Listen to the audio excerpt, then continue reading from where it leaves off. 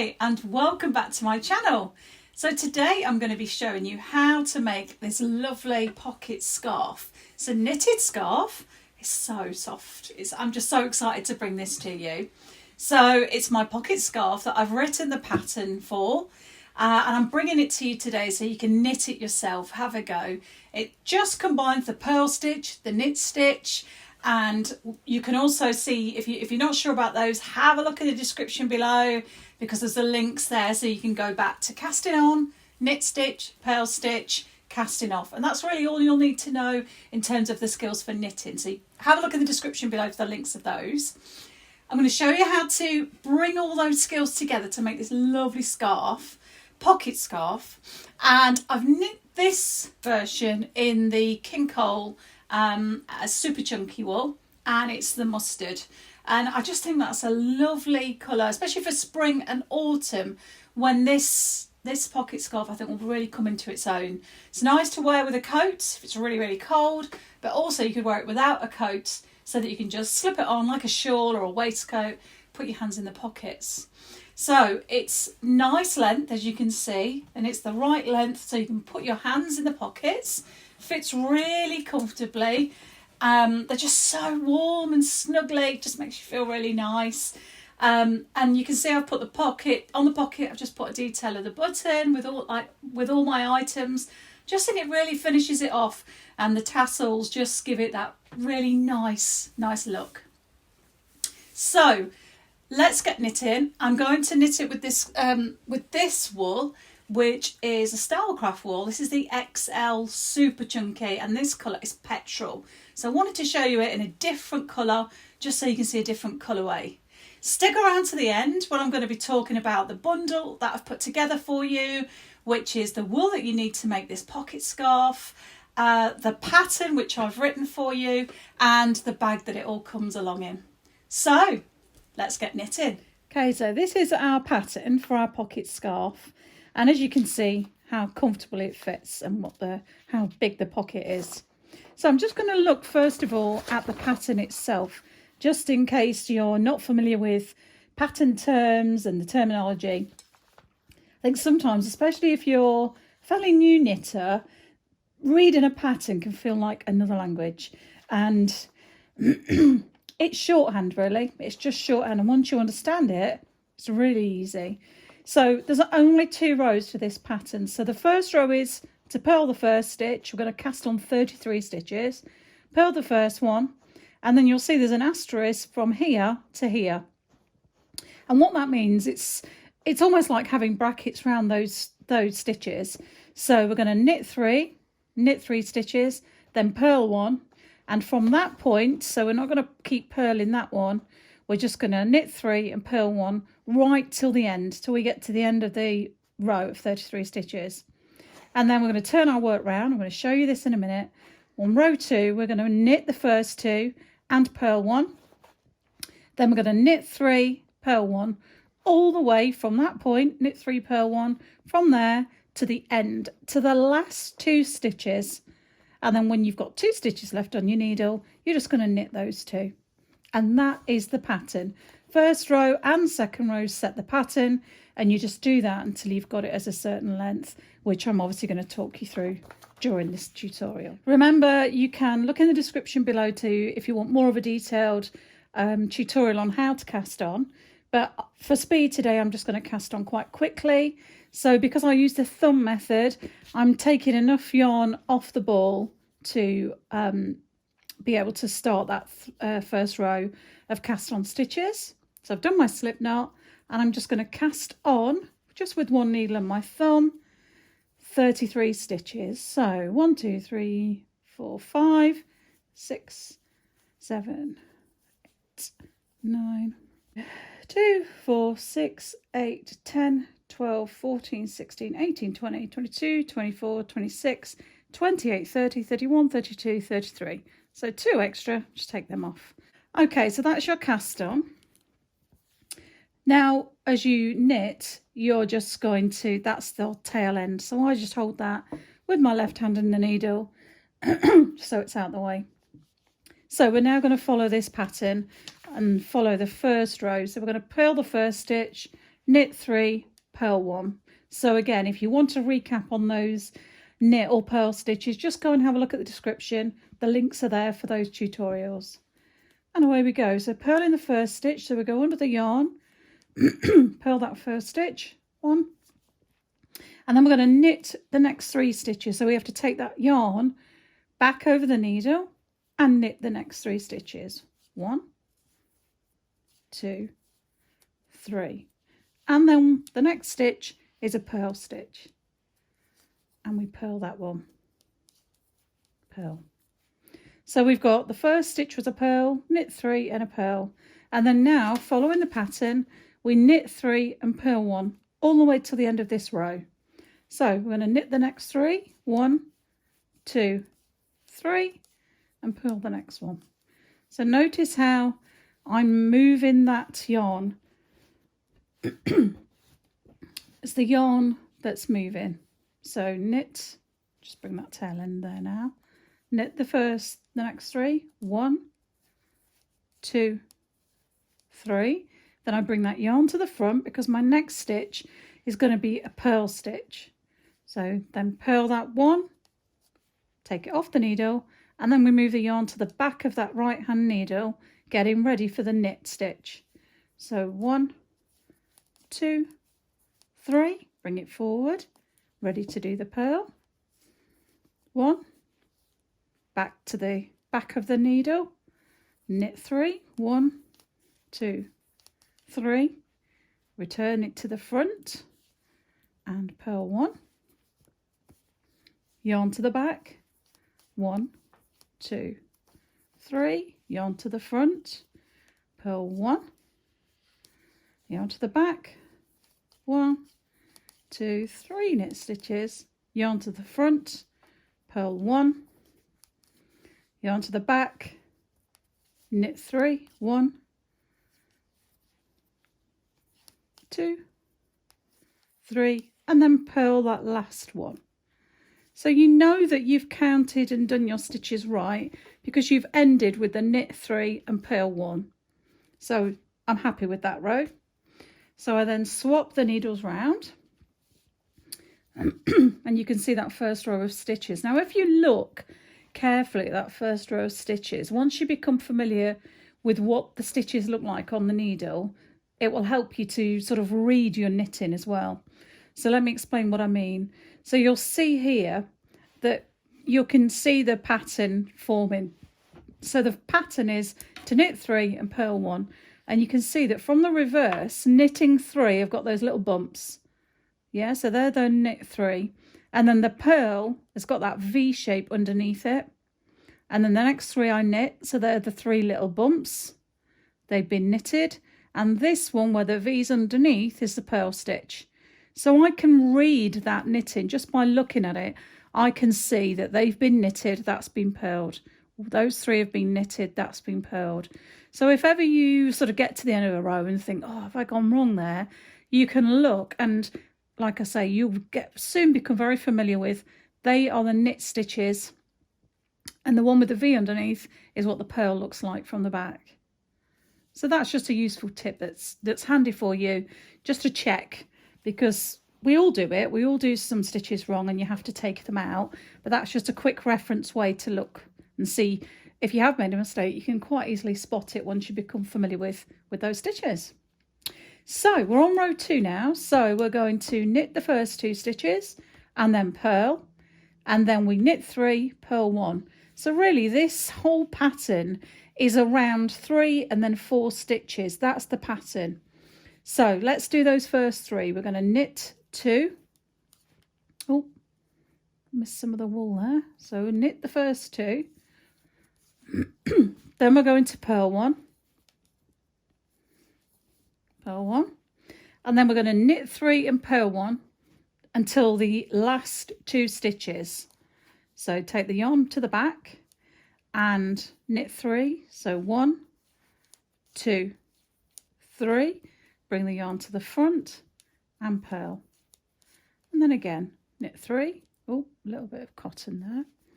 Knit 3, 1, 2, 3. Yarn to the front and purl. yarn to the back, ready for your knit.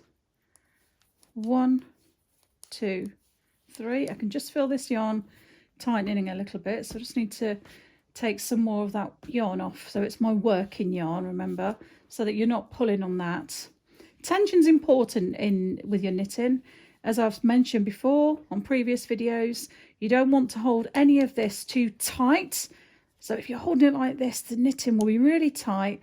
If it's too loose, then your knit will just come out really sort of sloppy and not hold together well. So do what's comfortable for you. And again, the more practice you get, then that will just come naturally, your own tension. Most patterns have a tension chart, so you can follow that. Do a little square to test how your tension is. I have to admit, I've never ever done that. When you get used to knitting and have tried knitting a few different patterns, you'll know whether you're a tight or a looser knitter.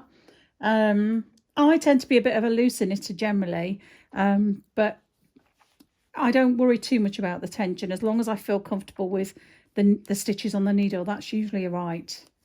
So we're going to knit 3. 1, 2, 3, and purl 1.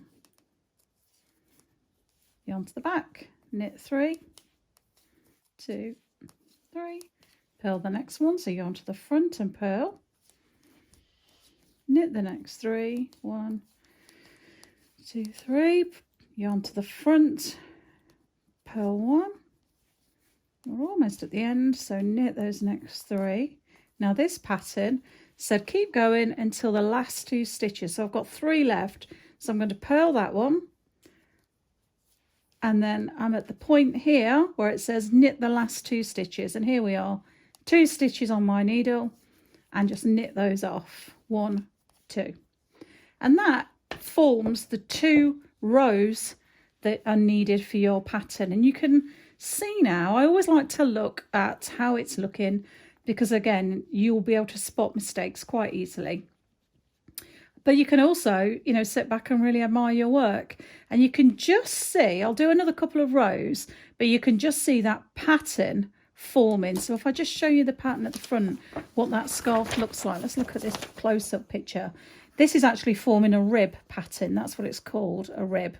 A bit like you get a rib on a jumper, you know, this kind of stretchy texture. That's really what this scarf is, a big rib. So, this stitch here is more pronounced, and the others sort of dip in, and then this sticks out a little bit. And you can see just already, because it's so chunky, this wool, super chunky it is. So you can see that those are the stitches that are going back, and then this row here is this one where you've got the V's. So you can see it's already starting to form that pattern. And the beauty of this scarf, which is another thing that I wanted to incorporate into my pattern, is that both sides are the same. You haven't really got a wrong side or a right side. Because the pattern's so simple, it doesn't matter, because when you are putting the scarf together, because you're bringing that up, and I'll show you this in the next bit of the tutorial to make the pocket, they've got to mirror each other. So that's another reason why I wrote the pattern this way. So I'm going to just carry on now, following the pattern, the next 2 rows. So some people, when they're writing, when they're following a pattern, I do this for a more complex pattern perhaps, I'll keep like a tally chart of what I'm doing and how many rows I've done. And that might be useful for you if you're just starting on your knitting journey, because when you put this down and go off and make a cup of tea, or you know, pick the kids up from school, or whatever you're doing, you might come back to it and think, oh, what row am I on? Well, am I on a row 1 or am I on a row 2? So keeping a simple tally chart like that, 1, 2, 3, 4, 5, you then know that your next row would be 6, which is an even number. So that's picking up on your second row. So that might be useful, that way of keeping track of your stitches, if you're not familiar with using a pattern in this way. But obviously I know that I'm just on the 3rd row now, so I'm following the odd numbers, so I'm on row 1. Don't forget, you can go back and look at this bits again, you know, just to recap, so you really get the hang of it. So I'm going to purl the first stitch, knit the next 3, And then I'm in this section here, purl 1, and then knit the next 3. And then I'm off on my pattern. You basically knitted 3, purling 1, knitted 3, purling 1 on both rows. So there we go. So there's our, you can really see that rib forming there now, the pattern. So I'll leave you to go and knit your pocket scarf. I'm going to do this and I'm going to knit it till it's a certain length. Now that might vary from person to person because it's got to fit you. So once you keep knitting in that the pattern as set, and then it's a case of once it gets really long, try and knit for size, see how long it feels, how comfortable it feels, and that's where yours will end. Remember, the pockets are about 8 inches deep. So that's what I've set on this pattern. So when you're knitting it, you keep going with the pattern until you've knit further 8 inches longer than you need it on both sides, because then you're going to turn that bottom 8 inches up to sew across here and make the pocket. So I'll come back to you when I've knit mine. I'll tell you how long it is, and then I'll show you how to form the pattern, the pocket on the pattern. As you can see, I've finished my pocket scarf. I've measured mine with a tape measure, and I've also measured it against my body because obviously it's to fit you. And mine is 6 foot in length, 72 inches. So I'm at the point where I'm ready to cast off this last row. You can see I've just carried on with my pattern. So I'm just going to bring the pocket scarf onto my knee to knit and cast off. So please refer to, in the description, you'll see my previous videos in more detail about how to cast off. And even though we've used knit and purl in this pattern, I'm just going to cast off in the knit stitch and just keep it that way. It will just keep it nice and even across the top, even though we're going to be knitting a cast off stitch over a purl, if that makes sense. We're just going to use knit across the whole lot. So we're going to knit that first stitch, knit the second stitch. When you're casting off, you've always got 2 stitches on this right hand needle, and then you take the first one nearer to you, take it over, pass it over, and drop that one off. The next stitch you knit, so you've got 2 stitches on that right hand needle, take the one nearest to you, pick it up with the left hand needle, take it over the top and drop it off, and that's your casting off.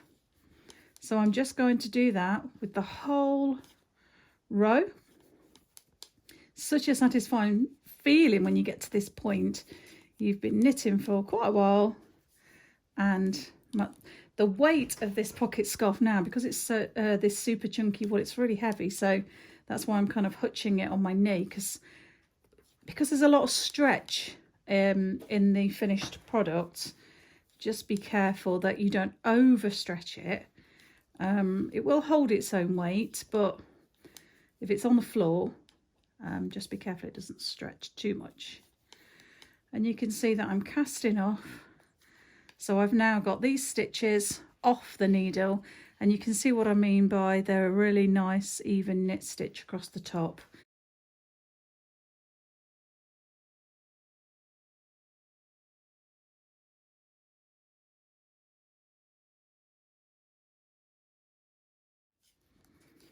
So we're almost at the end of this cast off row.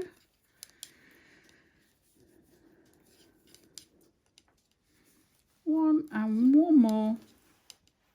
So you've got the one stitch then left on your right hand needle. Take that off. You've got that slip stitch. I'm going to cut off the yarn, leave quite a good length, and then slip that through your slip stitch, pull it tight, and that's it. You've cast off and you've got a really nice cast off finish.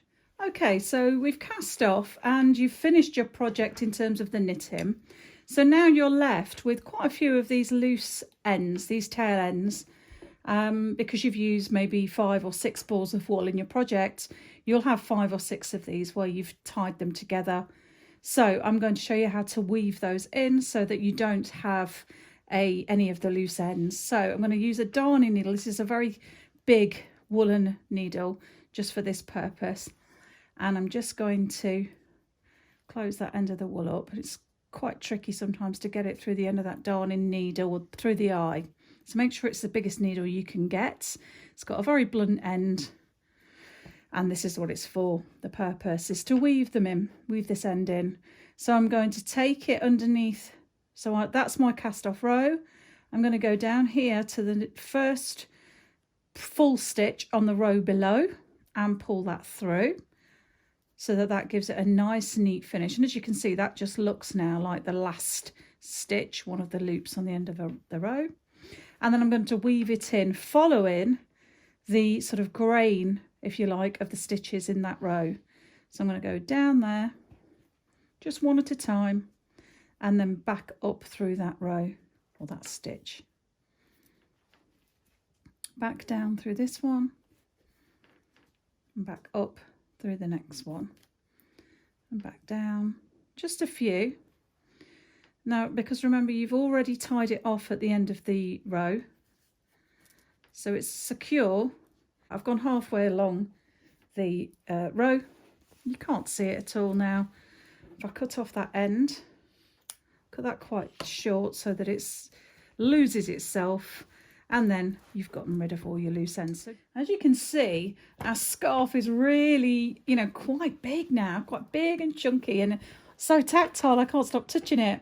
So we've got the whole length of the scarf here, and you can see that I have turned up this end. So let me show you what I did. You want to measure yourself how deep you want the pockets. My pockets are about 8 inches deep, just enough that I can get my hand comfortably in it. So you can decide really on the size of your pocket. So if you turn the end up, obviously into the width, the depth of the scarf, and you're doing this on a couple of things. One, how it looks, and two, how it feels. So for example, you wouldn't want the pocket to be too shallow, even though that might fit your hand in. For me, the look of that is a little bit shallow. So decide on what you're comfortable with. That's about 6-7 inches. And if you want it a bit deeper, but obviously make sure you're measuring this when you come into the end of your knitting the pocket scarf. Measure it against yourself so you can make sure you've knit enough, because if you now decide that that's not long enough, you'd have to then add more rows, and you don't want to do that. So I'm happy with that, so I'm just going to leave that there for now. In fact, let me grab a clip. Cool.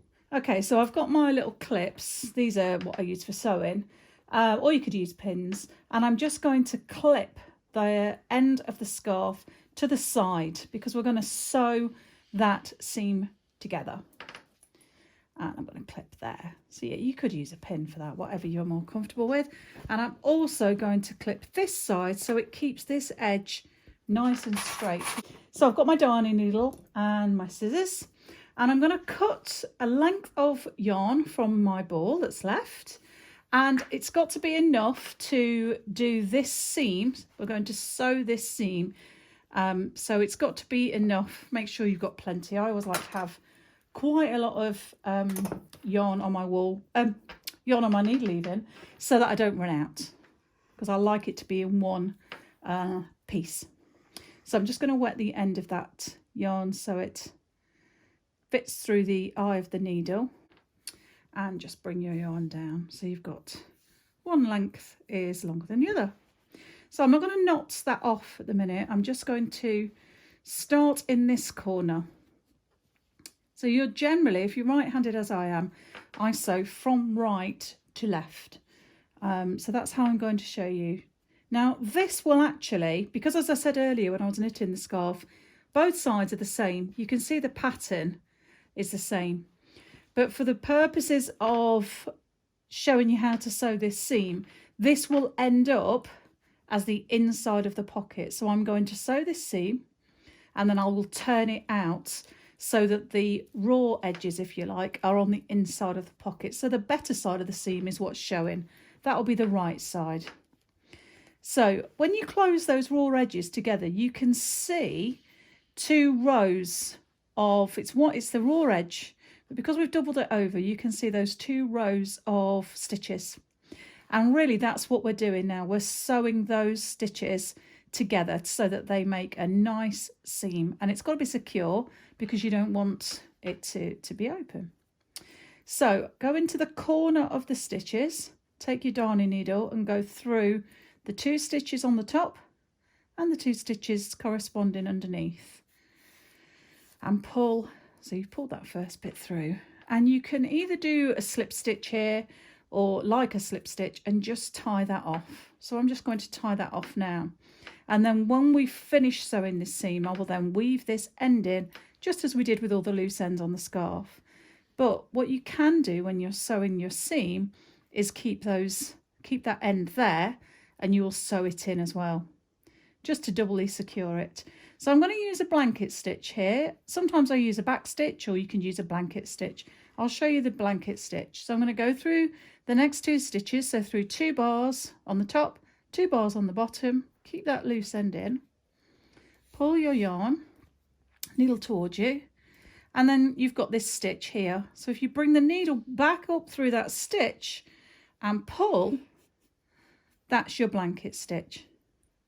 So I'll show you that again. That's that one finished. And then when you do the next one in the next 2 stitches, pull the ball through and then back up through that loop, and that forms the next stitch. It's quite difficult to see obviously because it's the same colour, but you can see the bar of the stitches, and that's a blanket stitch, and that just really secures those 2 seams together. So I'll take the clip off, through the 2 bars there, the next 2 bars, pull it towards you, and then back up through the stitch with the needle and pull it tight.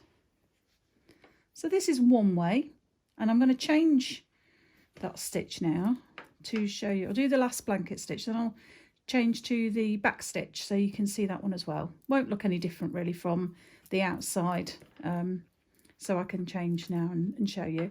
So this is just using a back stitch. So again, make sure those 2 seams are secure, like sandwiched together, and then you take your needle into again underneath those 2 stitches on both sides of the seam, and just like you were doing a running stitch, you come back up through the other side, pull it tight so it's comfortable, you know, not tight because then you'll pucker the edge. And then you go back, you just do a normal back stitch back through where up the end there where you've just come from, and then back up here. Keep the stitches the same size as your rows of knitting, and then it will keep it as a consistent size. And then back in to that same hole, keep your seams together, back up and pull it through.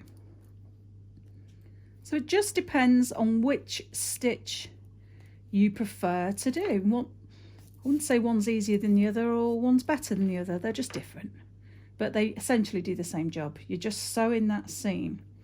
And as you can see, I've gone about, what, 8-9 inches, the depth of that pocket. I'm nearly at the top now. And what I'll do is I'll turn that pocket the right side out so you can see what those stitches look like on the other side. Now, when you come to the top of the pocket here, it's really important to make sure that this it's all secure anyway, but I just do 2 stitches here to double that up. And the reason being that there will be, because you're using these pockets, put your hands in and out and in and out, it just helps them to be a bit more secure. And I also go just in 1 stitch, and that just secures it that little bit more, so that the stress that's on that seam just from putting your hands in and out is just a bit more secure. So I've turned that on the right angle coming towards me and just go in to that next stitch. Then I'm going to bring the needle back through towards me, and I'm just ready to tie this off. So I'm going to make a slip stitch. So hold this yarn in my left hand, just do a slip stitch as we've done before, pull that needle through, pull the yarn through and tie it off. So that's nice and secure. And then just as we did before, bring the workpiece towards me, go through those 2 stitches there, and then we're just going to weave in these ends, which you now know how to do because you've done it for all the other ends of the wool. If you get any loose little edges like that, I mean, that's not a loose end, but you can see it's just where the wool itself, the yarn is perforated a little bit. It's not loose, it's not going to cause any damage or run, but if you get anything like that, then just sort of either pull it through to the wrong side so you won't see it, but it's just the natural fibres of the yarn, so it's not a problem. So that is my wrong side of the pocket seam, so that's finished. And if I turn that out, then you can see that's that end of that yarn. Let's just pull that through, because that's going to be then on the inside of the pocket. And you can see that seam, and you can see a slight difference. In actual fact, they give two slightly different effects.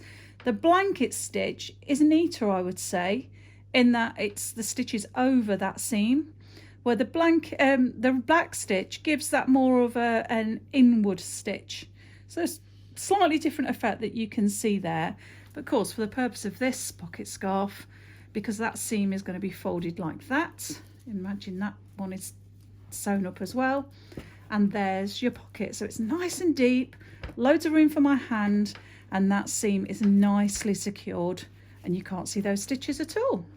So with your rest of your seams, you're going to do the same on this edge. So I'm going to turn it obviously back through, so you're on the inside of the pocket. So I will now go and sew this seam in exactly the same way, probably using the blanket stitch. It gives a neater finish.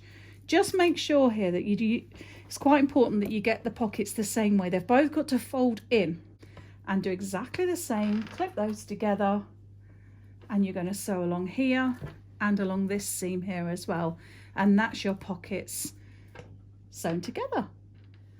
So we've now sewn up all the edges of our pockets, and we've got two lovely pockets. See how lovely and thick and chunky it is.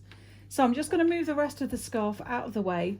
So I've just got this one pocket here, and you can see that we've got 1, 2, 3, 4, 5, 6, 7, 8, 9 what I would call the edges of this rib pattern, and then the two ends. So that's 9.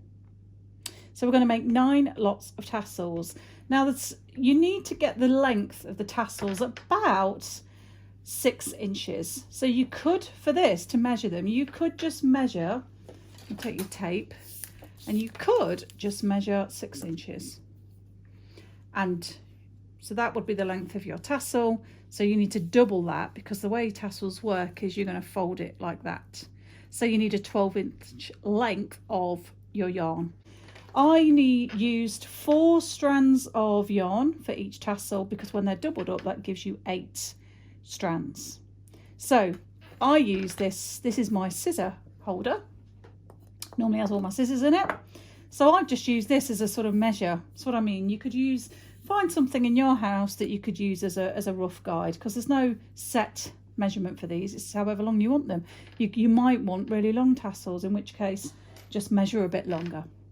So I'm just going to wrap that round this block. So 4 times. 1, 2, 3.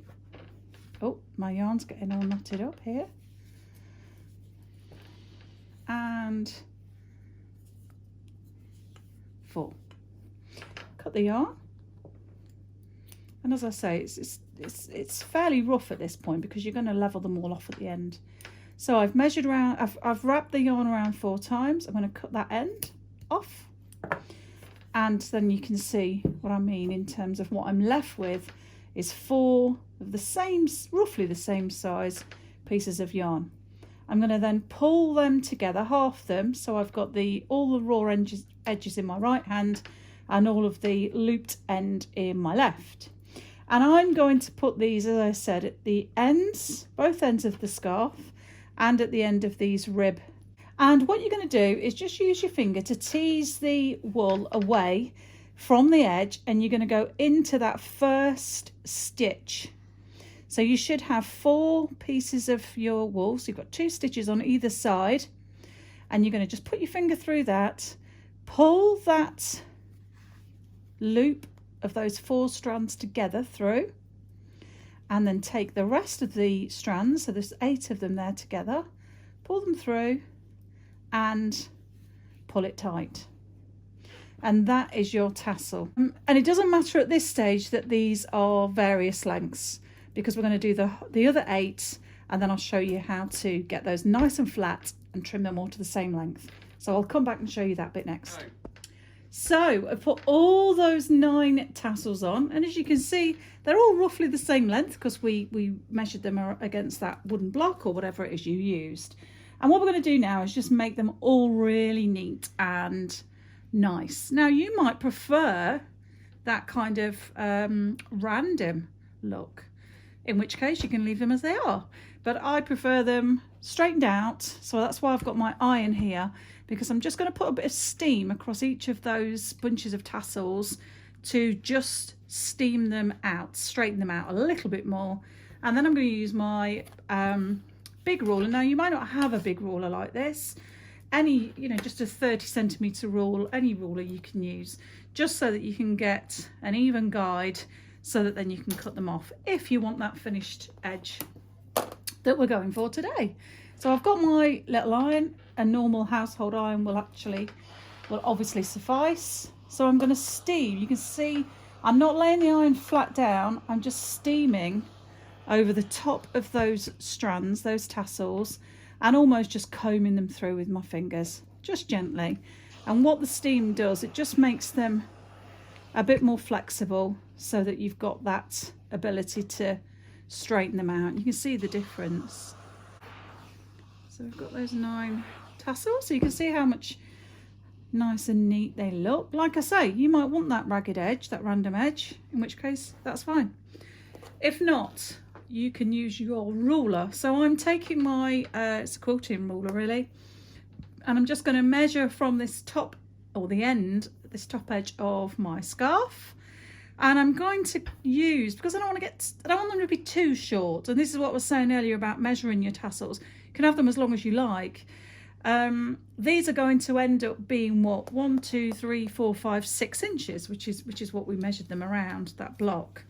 So I'm now going to just make sure that that's square. I'm using my quilting ruler, if you've got one, to just keep that line underneath each of the knots of the tassels. And then I'm using my big scissors. In actual fact, I'm saying I'm using my big scissors like it's a bonus. It depends really. Let's try the smaller ones. They'll probably be neater, because then you can get quite close to that edge. And there you can see that straight edge. And then when you take them off, they're still, because you've steamed them, they all look really neat and lay really nicely. So do that with the other end of your scarf, your pocket scarf, and we're finished. And there we have our finished pocket scarf, which is just so lovely and nicely finished off. I'll show you what it looks like. And as I've mentioned in the tutorial earlier, depends on how you want it to fit as to what size you make this. In the pattern, which also comes as part of the bundle, I've made a suggestion of a guide of 88 inches. That's the length of it, which also allows you to turn the pattern, the pockets over by 8 inches. So it's a finished size of 72 inches. So I'll just put this on so you can see what it looks like on me. I'm only quite small, I'm 5'4", so you can see how long it is. But obviously it depends how long your arms are, how long you want it. You might want to put the scarf around your neck again to double it across.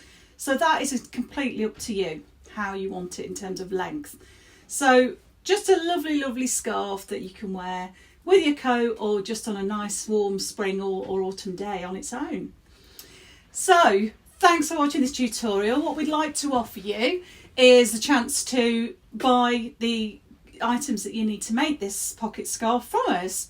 So with the bundle that I've put together for you, you get the pattern, which is a Mabel Deb pattern especially made for you guys for the pocket scarf. All the instructions and information is in there of how to make this pocket scarf. With the pattern comes a bundle of 600 grams of wool. Now this wool is the king coal wool, the mustard colour, and they are in 100 gram balls, so that you'll get 6 of those. If you decide to do the other colours, I'm a main stockist of Stylecraft wool, and that's what I've knit this beautiful blue one with. This is the colour Petrol. So I've put a few bundles of different colours of the Stylecraft XL super chunky wool, and they are 200-gram balls. So there'll be 3 of those in that kit, but it's the same amount of wool, just that this is 6 balls. There'll be 3 bigger balls in this one. And with the with that kit, you will get all of that in one of our lovely Mabel and Deb drawstring bags. So in here, when it arrives with you, you will get your 600 grams worth of wool or yarn and the pattern in your nice drawstring bag. It could be a different colour. I'm going to make these in a variety of colours just to mix them up a bit because I'm random like that. You may have heard that on Sewing Street. Random Deb strikes back. So they may be in a different colour, but it'll just be a plain calico bag with our branding on and a different colour, perhaps spotty lining. So that is our beautiful pocket scarf all tied up. We really hope you enjoy making yours as much as we've enjoyed making it for you. You can message us to order yours, or if you just want the pattern and you want to get your own wool and kit together, that's absolutely fine. You can buy the pattern from us on its own. And obviously it tells you that the size of the needles are an 8, but all of that is in the pattern if you need it. Also, we love responding and seeing your comments, your pictures of the items. So once you've got your kit, please send us pictures, comments, comment below. And also don't forget to like and subscribe, click the dingly bell so that you can get notifications of all of our forthcoming tutorials on YouTube. And thank you very much for watching. Bye.